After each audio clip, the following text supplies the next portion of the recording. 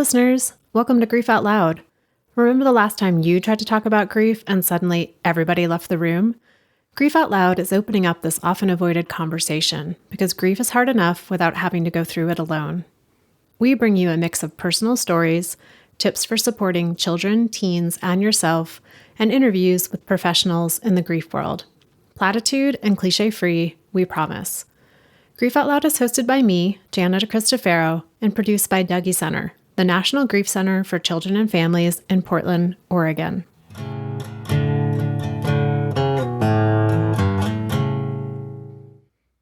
Hey listeners, as promised, we're back with part 2 of our conversation with Canada Taylor.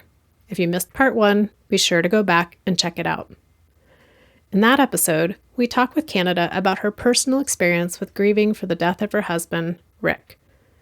In this one, we get more into her professional work in the realm of suicide prevention and postvention. It's pretty timely, as September is National Suicide Prevention Month. And as you can guess, we talk pretty openly about suicide. So if you or someone you know is in need of support, please reach out. You can always call 988, which is the National Suicide Prevention Hotline. In this conversation, we talk about Canada's current role as the Suicide Prevention Coordinator and Postvention Response Lead for Multnomah County here in Oregon. But honestly, the list of what Canada doesn't do in this realm is way, way shorter than the list of what she's involved with. So you'll also hear about her work with various projects and coalitions across the country. I came into this conversation thinking we'd be talking about clinical interventions to prevent youth who are in crisis from dying of suicide. What I learned, though, is that when it comes to prevention, there's so much more that needs to be done, about 1,000 steps before we even get to that crisis point. Things we can do to create a world that youth want to live in, where their basic needs are met and they have access to safety, belonging, and true community. That's really what Canada does, and we're so lucky she's on this planet doing that work and helping all of us find ways to make a difference. On a logistical note, after we recorded, Canada realized that she'd left out a big part of her story, the part where the personal and the professional intersect. She sent me a separate message to include, so that's what you'll hear first before our conversation begins. Okay, get ready, folks. Canada is about to share a full semester's worth of information in less than an hour. Hello, gentle listeners. I reflected after talking with Jana last week that there were some significant pieces of my story that I left out.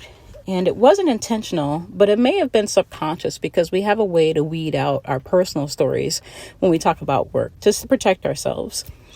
One of those big pieces of personal stories has been my own history with suicidality. As a teenager, I went through a lot of loss and change in my life. I experienced a lot of the adverse childhood experiences that folks who work in behavioral health and in education are very aware of. And at that time, I didn't have a lot of family support. My family was not safe, but I did have caring teachers, caring other adults in the community, and friends who, though they did not have specifically trained language, they're able to help me and to hold a safe space for me. And they even did interventions in their own way to help keep me alive. And I survived, and I thrived thanks to them. Last year, when we presented to our Board of Commissioners, I actually brought up my own life story because I felt it was important to show a living example of what happens when we as community engage and support youth who are struggling with their mental health or with simply being involved in community and feeling welcome. I was definitely one of very few students of color in a school that had over 1,000 students who were all white Iowans, and I felt very alone as the one Chicago girl there. Having those people who reached out to me helped save my life. And they didn't necessarily do it under the guise of suicide prevention. They did it in making me feel welcome and safe and cared for. Now, fast forward many years into my life, I am a young widow. And everything in my life obviously changed. One of those things that came back, a voice that I hadn't heard a long time in my head, was that I really shouldn't be here on this earth. And when I would drive up the hill, actually the low mountain of nearly 1,000 feet, to go visit my husband's gravesite, I would have thoughts while I was driving my car, wondering about what it would be if I didn't make it all the way to the cemetery. What would happen if I somehow went over the cliff? And I realized in that moment when those thoughts came to me that one, I knew exactly what was happening, that I was thinking about suicide. And two, I really needed to lean into my community deeply. At that time, because I did have some general behavioral health support, I had a lot of support from my friends here. I didn't necessarily go say, hey, everybody, I'm thinking about suicide, but I leaned into all of the help I could receive.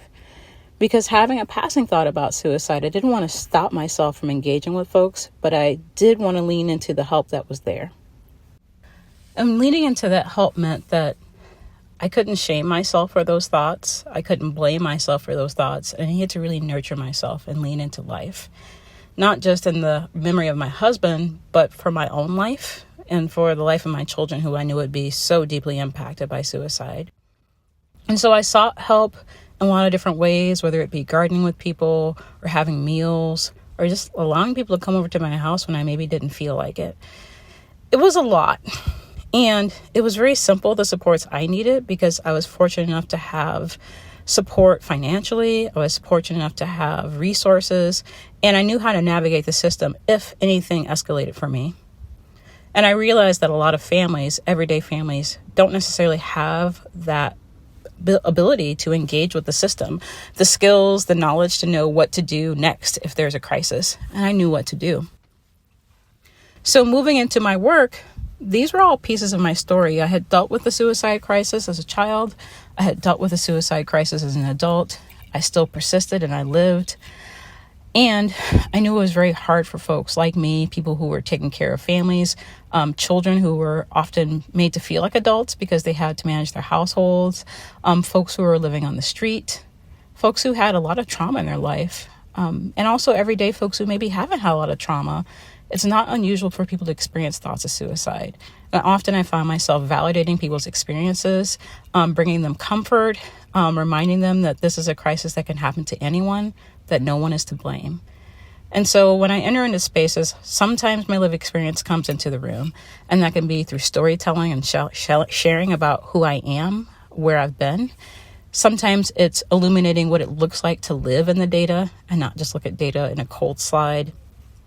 Sometimes it means bringing up peer support and what it's like to have other people support you, whether it be a fellow griever who supports you in grief support groups, or there be other survivors of suicide, people who either have had thoughts of suicide or have lost family members and loved ones to suicide. Because that support really makes all the difference in humanizing some of these really big, lofty concepts that really don't feel like what we experience every day when we're in a crisis. So I just want to acknowledge that leaving out my lived experience was leaving out a really big piece of my work and my story, the thing that inspires me often when I'm not sure what to do. I remember folks like me, and I think of all the helpers. I also think of other youth friends I had as a teenager and in college, friends I've had as an adult who've also had struggles with suicide. And I was that person to normalize the fact that it's okay to struggle and it's okay to get help and to really be there to wrap myself around them. And I realized that that is a gift that not everyone has. And so it's important to figure out what do we do in our work systems, within our community, to create community that any one of us could be that person, to be the one, even if we don't have that lived experience, to learn how to sit with people with compassion and empathy, and radical compassion, that we don't judge people's thoughts, and that we can hold that thought and hold that moment and that suffering with somebody, and carry that grief with them, the grief that is living, not necessarily the grief that surrounds death. One more note. Last year, I had the honor and the privilege to be able to present with my suicide prevention program a proclamation for Suicide Prevention Month, which happens in September. It's an International Suicide Prevention Month, and our theme last year was Be the One. Be the one too. We spoke, each of us told stories about our experiences, and when it was my turn to speak, I talked about what I do in the community. I talked about data and trends. I talked about hope. But I also talked about my own story and how having caring community members, teachers who were not afraid to engage with me, friends who were comfortable talking about mental health, those things, along with food and shelter and safety, they really helped save my life. And what would it be like for all the youth in our community to have that experience? I wonder about that. That's what I do in my work, but I wanted to put a face to that. Someone that when I spoke those words, I saw some shock. I looked around the room and I felt the energy that folks who are quote unquote doing well are not necessarily people who are thought of as having suicidal ideation. I wanted to make sure that it was clear I'm one of those folks too. It can look very different. We can be amazing, functional, beautiful people who do awesome things. We can be a mess. We can be anywhere and everywhere. But so many of us are dealing with these experiences and have dealt with them. So many of us support family members who are struggling. Some of us are the family member who is struggling. And so it was humanizing. It brought a lot of different folks to the table to talk to afterwards who felt seen and heard, and me acknowledging that, look, I'm doing great and I've experienced this. And it's a reminder that we grow up and we get to be adults because someone was looking out for us as youth. Canada, welcome back to Grief Out Loud. You were just here. Oh, it feels like yesterday and also like a year ago. So many things have happened in between. Thank you for having me back again. And listeners who tuned into our first episode will be very familiar with your personal story of the grief of the death of your husband, Rick, knowing that tomorrow, from the day we're recording, will be the 12-year anniversary. And as we were having that conversation, we were going to also talk about your professional role. And then we were like, that's too much for one. We got to split this into two conversations. So now you're back for part two to talk about how you work in this world of grief. And so what should we know about the roles that you do hold? Oh, thank you for your gracious space, for allowing my verboseness to be in too many spaces for so many hours of your time. I really appreciate it. I feel very fortunate, even though, as Mary Oliver says, it's a dark gift to open that box of grief. It's just been a really amazing experience to be able to hold space for community and create change. So I have a lot of different jobs at one time. So it gets really confusing for people because they may see me in different roles. My primary role in the community is serving at Multnomah County Health Department as a suicide prevention coordinator and postvention response lead. And so I work with systems to navigate what to do after a suicide loss, and typically a youth suicide loss. However, if a system wants to figure out what do we do, and any type of death has happened, of any age, I am happy to consult. So I do technical assistance and consulting with different youth-facing organizations, nonprofits, schools, colleges and universities, whoever needs that support to figure out how we can be more grief ready. So we actually know what to do when any type of death occurs, and then how we can be trauma informed and healing centered for our community to not only help them through that process, but also to prevent future suicide, to prevent suicide contagion, and to be mindful about what it might look like to sit with grief as a community, because I think that's a conversation that doesn't happen. Sometimes we have great procedures, but we don't know what to do with the feelings that happen because of those events that happen. And there can be many traumatic events that are not death, that still a postvention response is necessary. And so I really try to get people to think beyond just a suicide has happened, but somebody has just gone through cancer treatment and they actually left work and they're not coming back. They didn't die. What does that look like for the community to grieve this loss because someone stopped working because they're no longer able to? Or so a lot of those different types of soft skills that we know are really important, I kind of put some formality to that and give some structure to that for people to really intentionally think around what that might look like. In addition to figuring out what the crisis system does, how to respond. There's a thing in Oregon called rapid response. And everybody who serves in a role like me, which is a postvention response lead, we're able to activate these services from the support of the state of Oregon, from Oregon Health Authority, and also figure out what those system supports are locally. So every single county has someone who's doing some part of this work. It just looks different. And I work with all those folks across the state. I also work and do bigger suicide prevention work on a coalition statewide. We have the Alliance to Prevent Suicide. And there's also a specific BIPOC space. We have a BIPOC caucus to actually talk about issues that specifically impact BIPOC youth and BIPOC staff who work across the state. We have a Black Youth Suicide Prevention Coalition, which is part of a SAMHSA Policy Institute. And it's about really looking at Black youth suicide across the nation. It skyrocketed, especially since the pandemic. It's continued to rise. In Oregon, Black youth and brown youth in particular had a much higher rate of suicide, while suicide rate continued to plummet for youth. It did not. It just increased for Black and brown youth in Oregon. And so we're working on what that looks like. And I have some different policy proposals and ideas in that space, and that's amazing. And if I quit my job today, that's still mine because it's a volunteer activity I do. Last year, and in still continuing somewhat in connecting with them, I had a fellowship with the School Crisis Recovery and Renewal Network. They provide support to educators and people who kind of support educators and children in schools around how do we sit with crisis in a way where we're actually healing in our community together. How do we respond to suicide loss? How do we respond to any type of death? Eventually, they opened up a fellowship opportunity. And so I applied, and I was one of the first in their cohort of 25 for their first national fellowship program. And I worked on my own model for using a socio-ecological model to actually ground ourselves in community, in which we're using justice and grief justice as a way to figure out how we respond to crisis. So instead of centering how do we fix everything, because often that's like, okay, let's fix it. Let's just make it all go away. Everybody, we patted everybody on the head. Nobody's crying. Okay, we're good. And that is not the reality of what it looks like. So how do we center the experience of those who have been impacted? How do we center a process of really restoration and transformation in community for people, and center the voices of those who have been impacted in our ongoing policies, our procedures, whether it's a debrief or a circle or a policy that impacts what happens with your staff? How are we centering the voices of those who are being impacted? And so that's been a passion project of mine, really kind of talking about this decolonized lens of transformative justice, but it's actually related to grief and how we deal with trauma. So it sounds really it sounds much loftier than it is, because it's really practical in the actual model, where it's like, okay, if these people have been impacted, who have we talked to? Who have we actually spoken to figure out what that impact is? Or are we assuming that impact?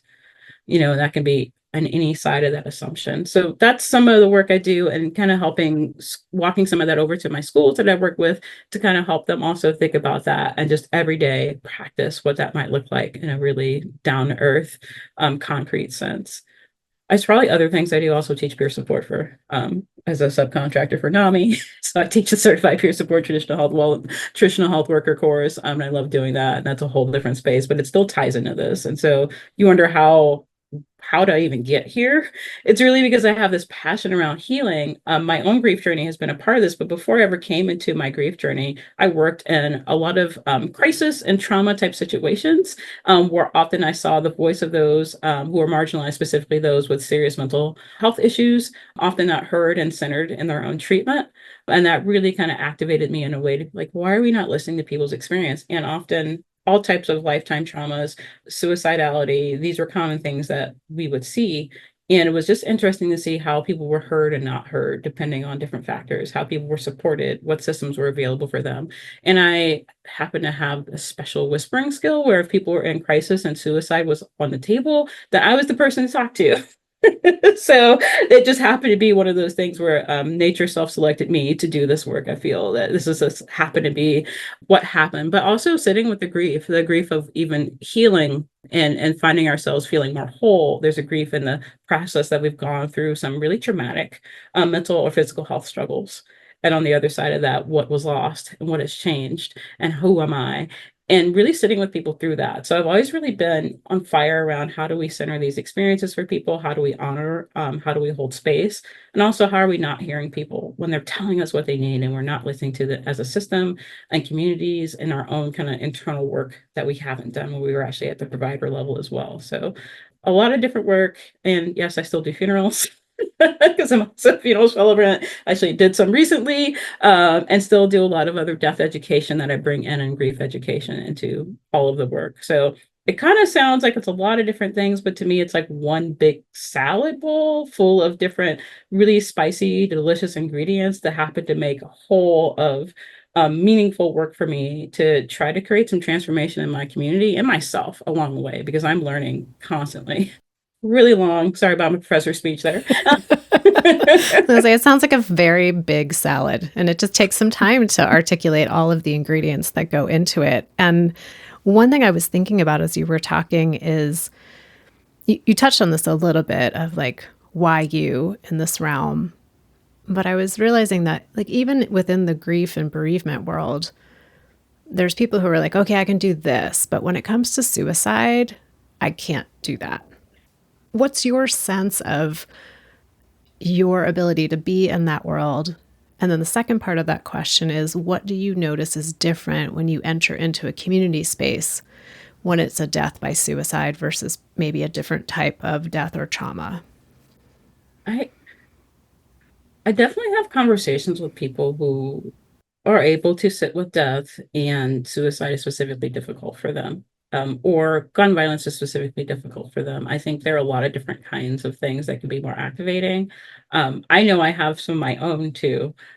When there's been domestic violence involved, I really get activated around that. And so it's one of those things I have to do self care. I don't think I could sit in a world where I just primarily supported only deaths related to domestic violence or violence against women. I just don't think I would be cut out for that. And I think that kind of self awareness has been very helpful in this journey of like what I can and can't do.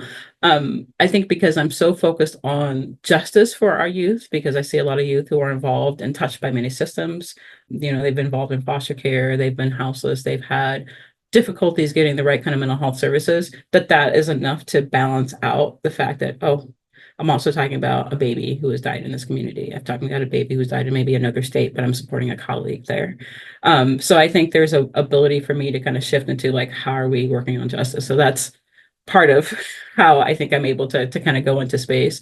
I do think when we enter into a space and it has been suicide or just another type of traumatic and maybe stigmatized loss, because I think suicide's one of many stigmatized types of losses. There's some losses where like no matter what happens, if you say, my own partner, my husband died from a heart attack, when I tell people that, they're like, oh, okay. It's like, oh, it wasn't his fault. And you can almost see that processing on their face, like, oh, that's okay. We forgive you for your grieving. But if you said, it was suicide or gun violence or something else where someone has an ability to go, well, it's their fault, that's when things shift. And so one of the gifts of walking in community is really acknowledging and validating for people, this is no one's fault, unless we say, it's like a big context. A lot of things have happened and this person suffered, and naming what that is. And now this suffering continues with you all. But I think it's also naming that there was suffering here. This wasn't just something that suddenly happened. Someone probably suffered for a long time. And now through this death, this experience, we all are now connecting on what that is. And there are a lot of conflicting feelings that happen, and validating that for people, because I think often people who are grieving a suicide loss are not really validated in their experience. They're often told, well, there's nothing you could have done, right? There are all the different stereotypes. Well, it was inevitable, or, like, weren't you trying to help this person? So people get guilted, they get shamed around it. They really are ostracized in a way that is just very different sometimes than other deaths. And then sometimes people are just, and their goal to pull them into community, they're also inappropriate in other ways, because they are so activated around suicide that they overdo everything. They're overly, invasive in someone's life in a way that they might not be if it was a different type of death. And so then there's these other kind of boundary crossings that happen. Just people are really kind of treated differently sometimes when it's suicide. And for good reason, I understand that people don't always want to share that a suicide loss happened. And that's a really tricky space to walk into, where suicide losses definitely happen. And folks in the community want to talk about suicide loss. And maybe that family doesn't really want it to be the discussion, or maybe they don't want this to be shared. So how do you hold the fact that a traumatic loss has happened? Someone who was here yesterday is gone today. Either way, we need to do a lot of the same support. So really normalizing that no matter what this death was for you, that these supports still need to be available to you. No matter what your relationship was to this person, whether you were distant and you're like, well, I didn't know them. You're still impacted in that ripple that happens in the community when someone dies unexpectedly. And then especially when it's suicide, because there's a lot of other processing that happens.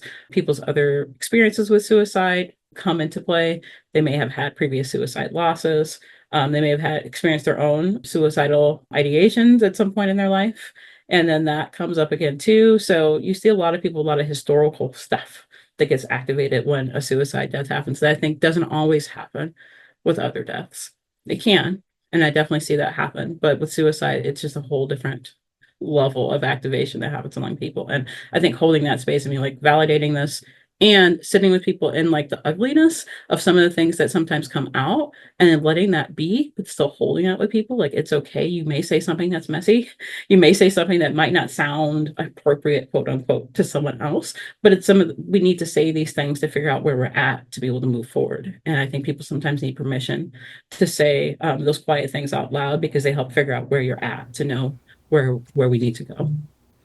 And space for those messy things to change over time too. Yeah. We know that our initial reactions over time can shift, and maybe something we felt really strongly about in reaction to the death could be very different in a week or 2 weeks or 6 months, and giving people the opportunity for that shifting.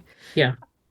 I have so many things I want to talk to you about that are not structural and technical, but I feel like we got to do a little technical just so listeners can keep up with what we're talking about. So I'm curious what you like, kind of the more current history, if that's a total contradiction, but the current history around the landscape of prevention, postvention work, specifically here in Oregon, but also part of more national trends around that. Yeah. So the landscape is changing for the better. 10 years ago, this was very different. Folks like me didn't exist in roles like this. Communities really were probably more on their own to figure this out. OHA, so the Oregon Health Authority, has a few different initiatives to help support community in healing and recovering from suicide loss, and actually addressing the trauma that happens. One of those things that happened some years ago is the Youth Suicide Intervention and Prevention Plan, which OHA published. So the Oregon Health Authority published this plan, and it has a lot of different pillars, and it's a strategic plan that gets into what do we do around youth suicide, from prevention, intervention, and postvention. So what do we do upstream to prevent, when you just happen to exist and you're 3 years old and you go to daycare? What can we do to support these daycares so they're creating a positive mental health environment? So we're doing health and promotion. To what do we do when someone's actually in crisis? There's the crisis system piece of that, and the intervention. Was it like when a youth's in crisis, but maybe they just need support and they're in a school, right? So there's that piece of the plan. And then there's the postvention of, okay, a death has occurred. Now what do we do to respond? And folks across the whole region work at all ends of that spectrum. My job kind of puts me in the prevention world and the postvention world. Every once in a while, intervention will make an appearance in the world, just because I'm a person and I'm out here living. And sometimes you're like, I'm doing intervention today because I see something happening. But at those ends of the spectrum, they've really figured out legally how to kind of engage folks in the state. And so we have multiple laws in Oregon that actually engage the community, and saying that not only is suicide response important, you are required to do this work. So all school systems in Oregon are required to have a prevention, intervention, and postvention plan. And as many things in the world of politics, those things are all unfunded mandates. So we have these Senate bills and these House bills to do all this great work, but there was no specific funding attached to it. And so different schools, different districts, regions across the state, educational service districts have all kind of figured out their ways to do this work. And there are some regional jobs that can help support some of this work. They created this role called the Postvention Response Lead as a way to embed this work in county systems as just another person potentially to help make sure that those school systems, that ultimately all those systems that support families and youth, would have the resources they need to move forward and do this work. And a lot of times that is technical assistance. It is figuring out what do we have in our web of resources. And every community is resourced a little bit differently. So we are lucky in the Willamette Valley, in our Tri-County area, there are a lot more resources in Washington County, Multnomah County, where I sit in government, in Clackamas County. And some other counties have some different resources, right? And so it's figuring out, well, what do we have? How do we make this work together to meet needs? And also, what are those needs? And they continue to change. And so we really have to be in this very fluid environment that continues to move, where who is dying is changing. It's not necessarily always the same. A lot of the stereotypes that come in the world of suicidology get challenged frequently about who is dying and what does it look like to actually engage with folks who are even having thoughts of suicide. And so it's an expanding world just in general suicidology, and then this specific piece around doing grief work and transformation and healing with people, it's intuitive, it's very natural, and systems don't necessarily love intuitive natural things, right? Bureaucracies are really kind of like we can't really shift, and so you're doing this thing that's very humane and very human, right? I see you're hurting, how can we make this more comfortable for you? We all naturally have that inner 5-year-old who's like, oh, you have an owie, let me help your knee. And our systems are like, but how do we make this work? And so you see different versions of this. And across the country, other states are also enacting their own laws to figure out what do they want to do to get ahead of suicide in terms of preventing and also responding. The Policy Institute I'm a part of, there are 8 states in total in that. And a lot of those states have some amazing postvention happening at the state level and at the community level. And it's just very different across the whole country, but there are a lot of similar themes in terms of what communities need, which are resources, the social determinants of health. So what are those structures of what people are living in? A lot of those things are really not great for our folks who are dying by suicide from any age, but especially with youth. So we see youth who have, may not have had great engagement in schools. We see youth who have been houseless. We see youth who have suffered a lot of abuse. We see youth who maybe just had mental health concerns that weren't addressed in a way that was supportive for them. And we see youth who maybe had all of the supports in place possible, but still there were just parts of that community that they weren't able to get some of the specific needs met. So many different things. And even understanding what do we do if someone's really struggling with pervasive, ongoing thoughts of suicide. I think there's still a lot of debate about how do we even treat that? What does that look like? You see some research with adults and older adults, and I think we're still on the whole spectrum, we're not really there yet because suicidology is a very fresh field. So often people are like, what is the solution? I'm like, I don't know. We're still figuring it out. We still don't know. All the people who are researchers and doctors of this, we have ideas, we have inklings, we see data, but we still don't know for sure. So there are some evidence-based practices, and there's some practice-based evidence out there that shows us these things might work, but they're not evidence-based practice. So what do we do with that? Because our culture is very focused on funding things that are evidence-based. And that can get really tricky when you're trying to meet needs of people who aren't even the folks researched in what that evidence is. So it's a lot. So you're kind of stepping into a lot of spaces of like really collective healing for people. The fact that, something I see often is that people don't have the resources they need to just live. And then how can we really be surprised that there were any mental health struggles present within folks in the family, or there was any sense of hopelessness when really, if you have a parent who is barely making ends meet or who works all the time to make those ends meet, that youth has an experience that isn't necessarily a positive experience around what it should look like in the world. And yet the impacts of working in these economies are harming our families because we're not necessarily supportive of families in general. I could go on my own personal experience as a parent, like, oh, gee, childcare costs twice as much as my mortgage. And it's a privilege to be able to do that and pay for it. So that's wild to me. So when I think about like the things, that we end up having conversations around in postvention, it's often we're looking at these bigger drivers of suicide that are well beyond just the individual level. It's that we're looking at our culture and how we attend to youth in general and the supports and resources we have for parents and for elders, because children do live in multi-generational homes. And sometimes we silo off children, adults, elders, and we're like, well, actually, they live together and they interact with each other. So if we're supporting everyone at all ends of the spectrum, we may make a difference in any end of the spectrum. So it gets to be, you can go into these very lofty spaces. And I think often policy work, you do have to look at some of those bigger solutions that maybe not only do we help get housing for people and support for people, but that housing helps people who are dealing with substance issues. It helps people who are dealing with TV. It helps people who are dealing with, every other kind of stressor, or as we call them, deaths of despair, because a lot of those deaths of despair are all linked together. A lot of the same, there are common factors, protective factors, shared risk factors between those folks who die. So if we can use one intervention that addresses many things, that basically increases the quality of life for people and gives them hope, connectivity, belonging, a sense of purpose, and ability to actually live because they have food, water, shelter, and safety, we will have done work to prevent many, many types of death. Canada, you mentioned that in the field of suicidology, one, that we still really don't know.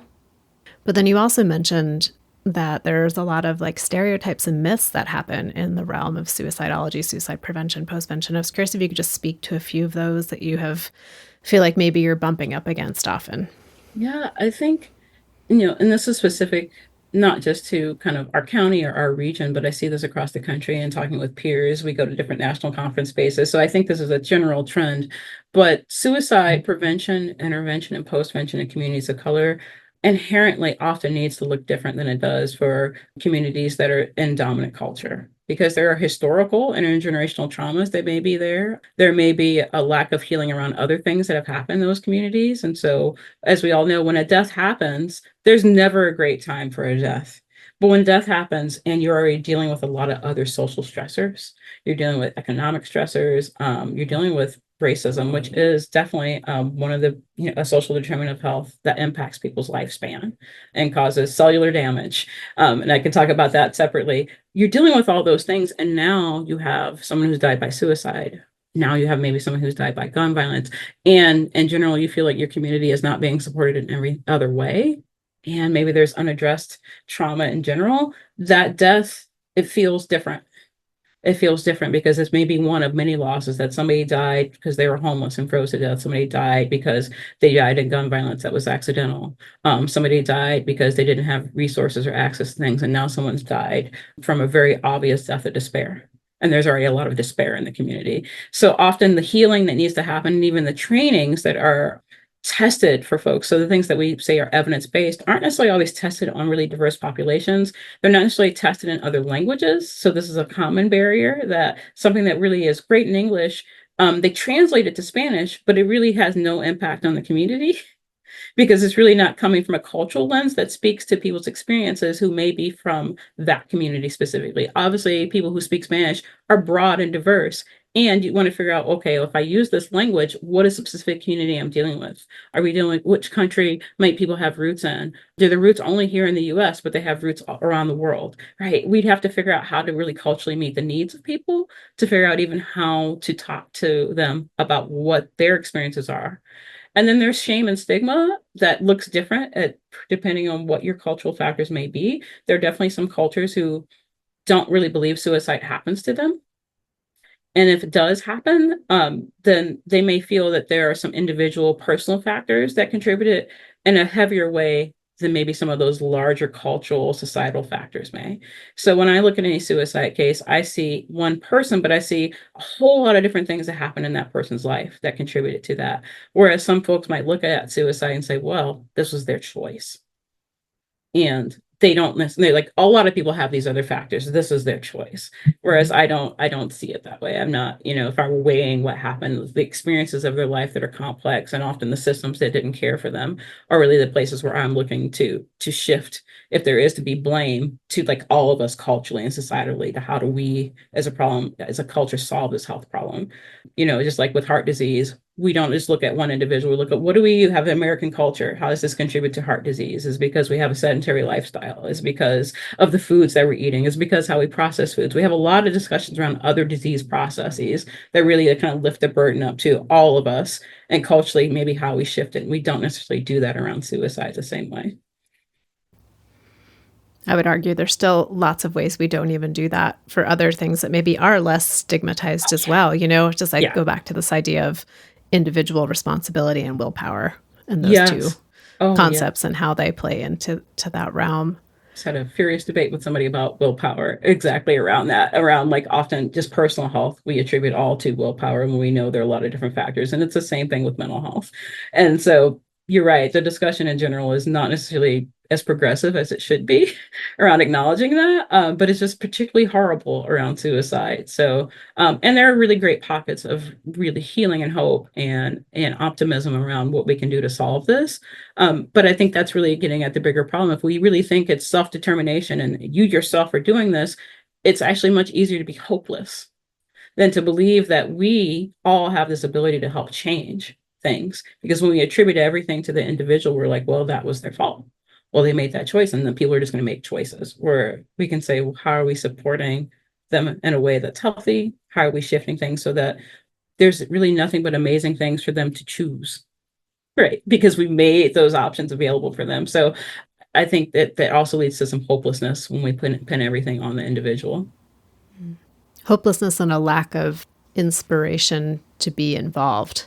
To say it was someone else's issue, I don't actually have to do anything, because there wasn't anything I could have done anyways to really make an impact in that way. I don't have to take responsibility, like if I just say something really terrible to somebody online, oh well, right? Because we see a culture where people hide behind keyboards and say terrible things to each other online. And I definitely think the online culture has contributed in a very negative way to suicide, unfortunately, because a lot of people who go online to talk about their mental health issues, if they're not in a very specific safe space, people will say the most horrid things to that human, and they're not really hearing like I'm cared for in community. They're hearing all the worst things they've ever thought, probably can be confirmed by strangers who think nothing of it and probably don't think they're contributing to a death, but they are. And so how do you say like we should take responsibility for something and my individual actions might matter? I think that's hard for people. Like me taking personal responsibility for what I put into the world is actually where the personal responsibility should lay, instead of like on one person who dies from a complex process. Are there other ways that we misunderstand suicide? Particularly I'm thinking about when it comes to youth, in terms of like what are the headlines get wrong? I think, well, obviously even the language we talk about it, I know there's kind of some reporting guidelines about how we talk about suicide, right? That we don't use words like committed, which is a really typical word. Someone committed suicide. And we're like, well, that's not a crime. We want to talk about someone died by suicide. I think the conversation of it just being that I saw something really sad and it had suicide in it. And so I just went home and now I'm thinking about suicide. I think a lot of people think that you can't put the thoughts, especially in youth's head, that like we're somehow creating contagion by even talking about despair, or that youth aren't ready for some of the more challenging mental health discussions, because they're already thinking and they're ready for this. So I think sometimes there are folks who are like, I don't want to personally talk about suicide with youth, because if they wanted to talk about suicide, they come to me. We see messages where we just assume that somehow youth will be they're like a blank slate. They don't know anything about any suffering, so we bring it to them by creating environments where we talk about mental health. And I still see sometimes some of those pieces pop up in media. I mean, overall I think media is much better than it was 10 years ago, because I do look at that to see what are the conversations like.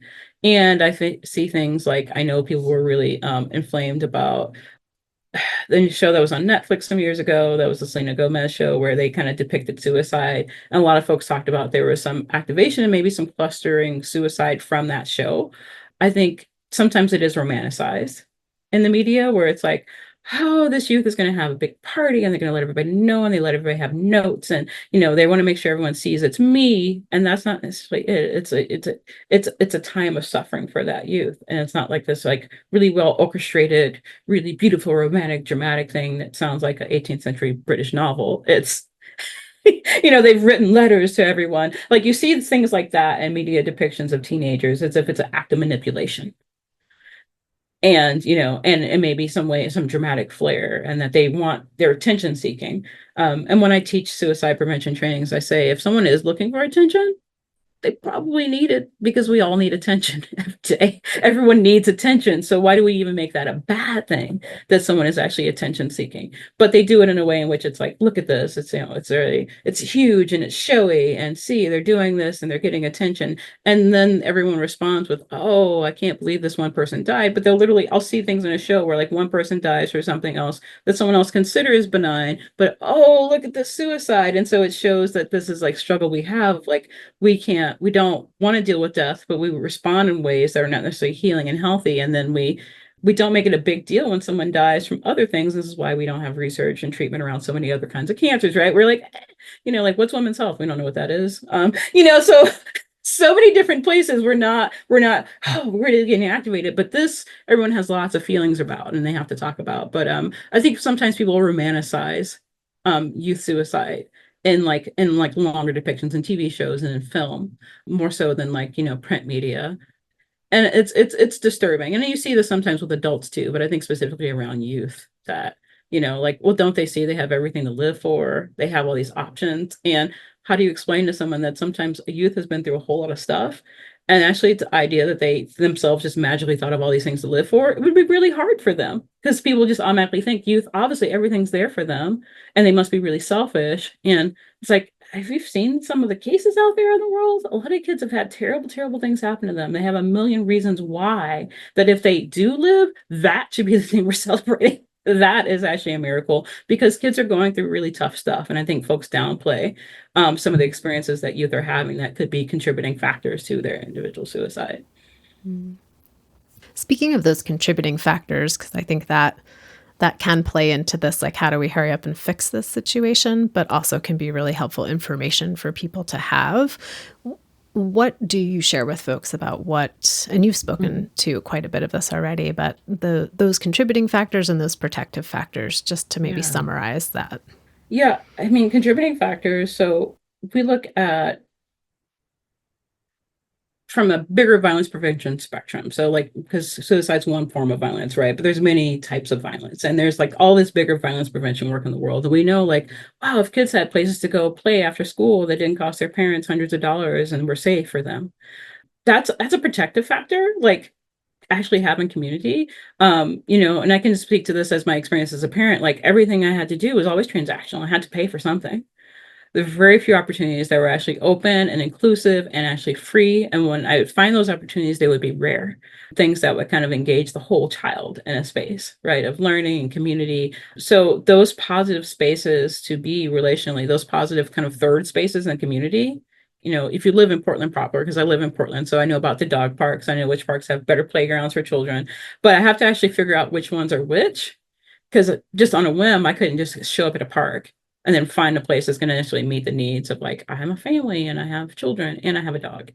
Right. So, it's like you have to like really think about where you're going to go in the world to be. And I know that this is just our community. I've lived in some other communities in other parts of the country too.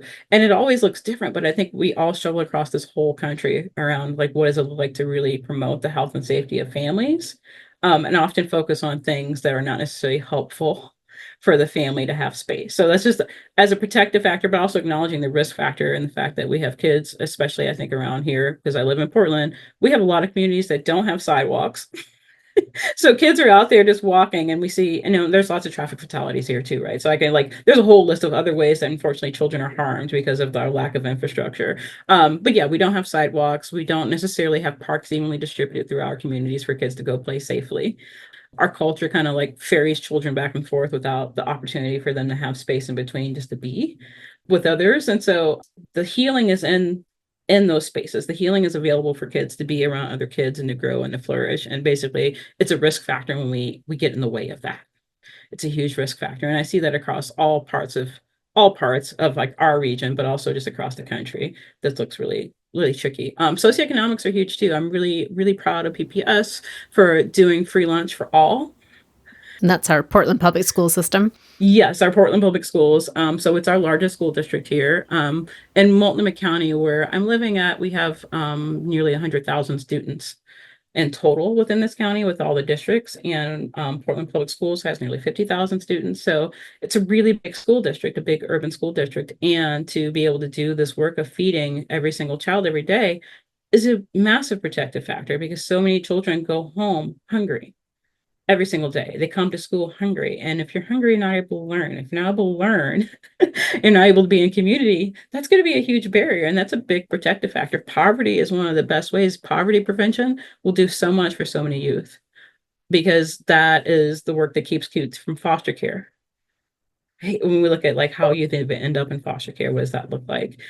Yeah, so keeping youth out of foster care and preventing the situations that occur that get youth into foster care, that leave youth homeless, supporting our queer and our trans youth, because not only in Oregon, but across the West Coast, I see this a lot. I can't speak as much to the East Coast and the Midwest, but just looking at the data, a lot of youth are kicked out of their homes when they come out. I used to years ago work here in Portland, what's known as the Homeless Youth Continuum at a program called the Sexual Minority Youth Resource Center. And so many of our kids would come from all kinds of rural areas of the state. They were homeless and ended up in Portland because their families rejected them when they came out. And obviously that's going to be a huge risk. Also because of who they are, is a risk factor, not because of who they are, but because of how we treat them. And I teach this in so many of my training. So if someone is BIPOC, so Black, Indigenous, a person of color, if they are queer or trans, if they live in a way in which they are maybe not seen as able-bodied, or they have invisible disabilities, it's much more likely that person is going to experience a lot of shame and stigma and discrimination based on their identity. And I can see it very concretely in the data that discrimination is a huge factor for youth suicide. We don't talk about it as much, that these youth are experiencing all of these things, and they're put at risk because of that discrimination in so many different ways. Thinking about risk factors, the things that we can get in front of, is like, how do we be humane humans? How do we create spaces where we're not racist, homophobic, transphobic, where we keep our youth housed and at homes with our families, figuring out, well, you know what, this child does have an identity that I haven't wrapped my head around. So how do I get support so I can be the best parent possible to keep this youth here in my home and not just reject them? And I know a lot of parents have gone through things, and I've actually worked with some different parents in different roles over the years, where they're like, oh, I wasn't expecting my youth to be this way. Okay, well, how do we deal with that? Because kicking them out of the house and saying just leave is not going to be safe. And I think most parents, when this happens and they see what happens on the other side of that, they go into their own shame bubble or their own denial bubble, that they may be contributing to a lot of other harms that are happening to their youth who is now on the street in a very unsafe situation. But yeah, we are creating the environments for our youth to not thrive. So that we create these environments and then wonder why they're not. Also performance, a lot of youth, so at the higher socioeconomic end, we have a lot of youth who do die by suicide across this country. And there are different studies. There's one that was done really close to the Bay Area, in a county that actually had a lot of affluence, a lot of wealth, and they had this very high suicide rate within one of their schools. And they did a study on this, and we've seen it all across the country, where these factors contribute because these youth are expected to be, you're going to be a neurosurgeon, you're 14, you're going to get straight A's, you're going to go to this college. And there's this expectation of excellence, which also then harms our youth, because now they're not allowed just to be who they are. And we have youth die all across this country with these expectations in place. And people go, but they had everything. But they also didn't have the ability to be themselves and have self-determination and agency. And that was a really important part of being a person that youth needed. So I think sometimes when we think we're going to do the best for our kids, we push and push and push. And that's not necessarily the best for them. That may feel good because we might have trauma. I don't want you to have to go through the work I did. I don't want you to ever be poor like I was. I don't want you to have to experience the type of loss I have. But actually, we're not letting that child just experience and grow. And maybe even have some discomfort, because we need to build resilience. And I think right now the idea of building resilience with children is very difficult for people, because we know children are getting that resilience built, but they're not getting it always with the skills matched. Right? They're learning it through that experience with trauma.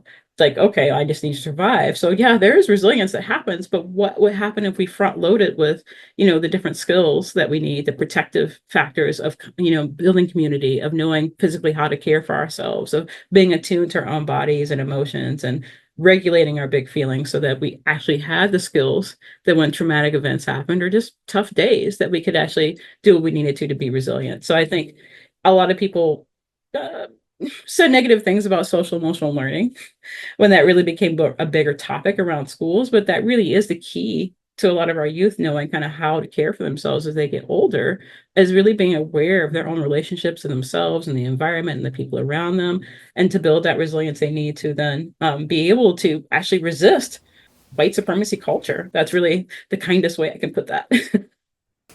So Canada, my last question for you today is, you talked about there are some pockets of hope and healing around this realm of suicide, youth suicide prevention, postvention. I was wondering if you could just share one of those places, whether it's like an actual concrete place or just like a concept, that you are able to touch into that sense of like, oh, we're doing this in the way that would be really supportive or helpful. Yeah. This is a tricky one, because I can think of a few different examples. I want to make sure I credit people correctly too, who have been doing some really amazing work. So when I had my fellowship with the School Crisis Recovery and Renewal Network, I connected with peers who were across this country, and I learned about programs I had no idea existed.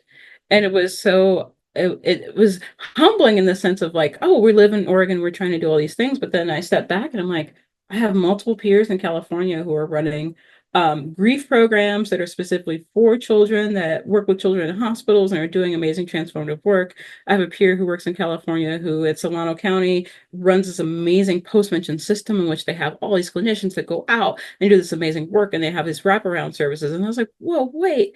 And what I see is a lot of creativity right now, a lot of creativity to figure out how do we solve these problems. We know we have systems that don't like to change because bureaucracy likes to, just be exactly where it's at and just move very slowly. We have limited resources, quite frankly, because a lot of the work that happens is happening from publicly funded spaces in which we don't publicly fund a lot of this work to happen the way it needs to. But I see grassroots efforts happening as well. I see loss teams. So loss teams are a type of team that respond when a death has occurred, and it's a really popular model to attend to families, to come out to their home, to do wraparound care with them, where you're figuring out, how do you get your utilities paid? How is your rent, your mortgage being paid? And I see people, and providing also those therapeutic supports and getting people to the grief services they need. And people are really just kind of grassroots figuring this out and doing it. And you get to see a lot of real examples live time about what this could look like if the right confluence of things happen together. Maybe just a little tiny sprinkling of funding happens and people are able to do some really magical work. And so I think those examples give people hope that, wait a minute, if I could just get enough folks in my community to do a thing, any one thing that feels healing for people, it actually will make a big difference. Even if that difference is that we've helped those individual families, and now people in our community have hope that if they're ever in a place where they need that, support is real and exists for them. Because I think people need to see that on the other side of it, just like so much death, that you aren't really shut outside in the cold, that you're in the community still, that you are in with people and able to grieve with people and be supported by people and be loved and feel whole in that space and not feel separate. Because a lot of the grief process is always going to be individual. You're always going to go through your own process. But to be reminded, you always have this ability to be pulled in and be cared for and held and seen in whatever state you're in. No matter what that might feel like. So I see programs happening across the country. I see youth-led programs. I had the honor when I went to Baltimore last year for the Black Youth Suicide Policy Academy with SAMHSA, which is the Substance Abuse Mental Health Services Administration. Explain that just in case someone's like, what's SAMHSA? They fund so much behavioral health and addiction focused work across this whole country. And at their policy institute in Baltimore, we saw youth get up and actually speak about a program that they help lead in Maryland. And these youth use peer voice and their own lived experience to help do mental health work and suicide prevention with peers who had experiences more like them. And it was transformative. It was leadership development for them. It was culturally rooted for them. They understood their own community really well. They had support of really caring adults. And that program, from everything that we learned about it to everything I researched about it after the fact, has made a tremendous difference for the region. And so that gives me so much hope. That also I see more youth voice, not just there, but across the country coming out in different ways. And we try to figure out locally what that looks like too. And there's so much more to come on that because we haven't been necessarily centered around the experience of those who have been harmed or those that we're even trying to serve. Often their voices are here in like a really tiny little pocket, but they're not really leading the work. And a lot of things in terms of healing and hope, those things aren't necessarily evidence-based. We don't need science behind that. People know that from the real world, hands-on world. So how do we get that front and center? So if I'm listening accurately today, Canada, the themes I'm pulling out of all of what you've said today are how important it is to have space for gathering, community gathering, connection, belonging, safety, and to really sort of step aside to ensure that the voices of those who are most impacted are the ones that are being the most listened to or the most heard, or at least heard and listened in any way at all, since oftentimes systems are not set up to hear those voices. It seems like those are kind of the biggest theme takeaways from our conversation today of how we can be making a difference in this realm. Yeah, no, you got it. It really is. And it always sounds so basic when you really describe it at those really basic places, but it really is that simple. And it's just, we've made life really complicated. We've made our systems really complicated, and we are not necessarily as agile as we need to be. So we can go back to this really basic sense of like, we really all are creating community. And what does that feel like to be safe in that community? I think we'll really start to answer more of the questions that we need to around preventing suicide, but also preventing the suffering that leads to so many other deaths of despair, and actually providing hope for people. Well, Canada, thank you for all of the work that you are doing with your salad of ingredients of ways that you are really a force for change in our local community, but also on the national scale too. So really grateful for all the work you're doing and for your time today, for coming back for part 2 of our Grief Out Loud conversation. No, thank you for having me and sitting with the geekery that I bring and the many different side topics and side quests. And I just appreciate that you were elevating this conversation, because I don't think a lot of people are having this conversation. And my hope is that more people wonder about what's happening in their community and start to wonder how maybe they can be a part of that, even if it's just something small that they do at home, to some larger part in which their own voice can be a part of all the different organizations that are doing so many amazing things. Thank you for the platform. Well, I have a sense there might have to be part 3 of our conversation, because there's going to be so much more to talk about. So yeah, thank you again, Canada, and listeners. I thank you each and every time for making the show mean something, for sharing episodes with people who you think might be interested in the conversations that we're having. And for those of you who reach out directly to me at griefoutloud@dougie.org, that's our main website, dougy.org. You can find all of our free downloadable resources, information about our local programming, and each and every episode of Grief Out Loud.